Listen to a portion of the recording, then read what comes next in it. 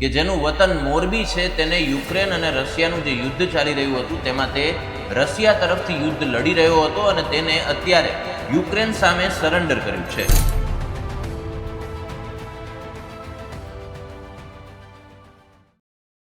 Russia અને યુક્રેનનું જે યુદ્ધ ચાલી રહ્યું છે તેને લઈને એક સમાચારો સામે આવ્યા છે। એક 22 વર્ષીય વિદ્યાર્થી કે જેનું વતન મોરબી છે તેને યુક્રેન અને રશિયાનું જે યુદ્ધ ચાલી રહ્યું હતું તેમાં તે રશિયા તરફથી યુદ્ધ લડી રહ્યો હતો અને તેને અત્યારે યુક્રેન સામે સરેન્ડર કર્યું છે।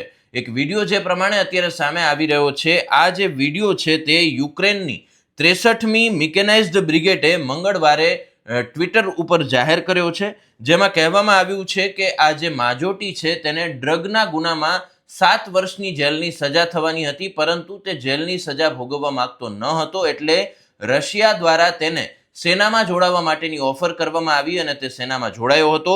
તેને 16 દિવસની તાલીમ આપવામાં આવી હતી અને ત્યારબાદ તે રશિયા તરફથી છે તે યુદ્ધમાં જોડાયો હતો, સેના સાથે તેને કરાર કર્યો હતો અને ત્યારબાદ 3 દિવસ છે કમાન્ડર સાથે તેને લડાઈ લડી હતી અને ત્યારબાદ તેને યુક્રેન સામે સરેન્ડર કરી દીધું હતું અને તેને કહ્યું હતું કે હવે મારે લડવું નથી, મેં હથિયાર મૂકી દીધા છે, મારે હવે મદદની જરૂર છે। આ સાથે તેને એવું પણ કહ્યું હતું કે હું હવે રશિયા જવા માંગતો નથી, કેમ કે ત્યાં છે તે ઘણા બધા ભારતીય વિદ્યાર્થીઓને શિક્ષણનું કહી, નોકરીનું કહી અને આ પ્રમાણે સેનામાં યુદ્ધમાં સામેલ કરવામાં આવતા હોવાના બનાવો છે તે સતત સામે આવી રહ્યા છે। માટે તેને કહ્યું કે હું હવે રશિયા પાછો ફરવા માંગતો નથી અને એને એવું પણ કહ્યું હતું કે રશિયા દ્વારા મને સેનામાં જોડાવા બદલ પૈસા આપવામાં આવશે તેવું કહ્યું હતું, પરંતુ તેને કાંઈ પણ મળ્યું નથી। તે પ્રમાણેની જે વિગતો છે તેને વિડીયો મારફત શેર કરી છે।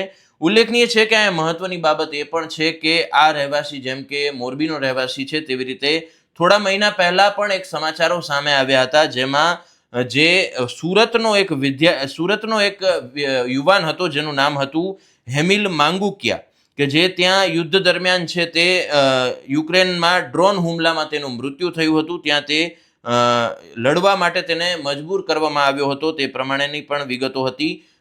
જે આ યુવાનનું 21 ફેબ્રુઆરીના રોજ મોત થયું હતું, ત્યારબાદ તેના મૃત્યુ અંગે કોઈ પણ પ્રકારની પુષ્ટિ કરવામાં નહોતી આવી।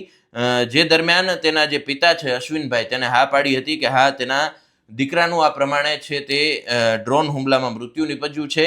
સમગ્ર બાબતને લઈને જે આપણા વિદેશ મંત્રાલયના પ્રવક્તા છે રણધીર જયસ્વાલ, તેને પણ વિગતો આપી હતી અને કહ્યું હતું કે ભારત છે તે પણ રશિયાને કહી રહ્યું છે કે ભારતીય યુવાનોની ભરતી સેનામાં બંધ થવી જોઈએ અને જો કોઈ રશિયામાં રહે છે અને તેને રશિયન સેનામાં જોડાવાની કોઈ ઓફરો મળે છે તો આ ઓફરથી દૂર રહે તેવું પણ નિવેદનો આપવામાં આવ્યું છે, કેમ કે મીડિયાના એક જવાબમાં પણ તેમણે કહ્યું કે અમે તાજેતરમાં રશિયન સૈન્યમાં ભારતીય સૈનિકોની ભરતી અંગેના અહેવાલો જોયા છે।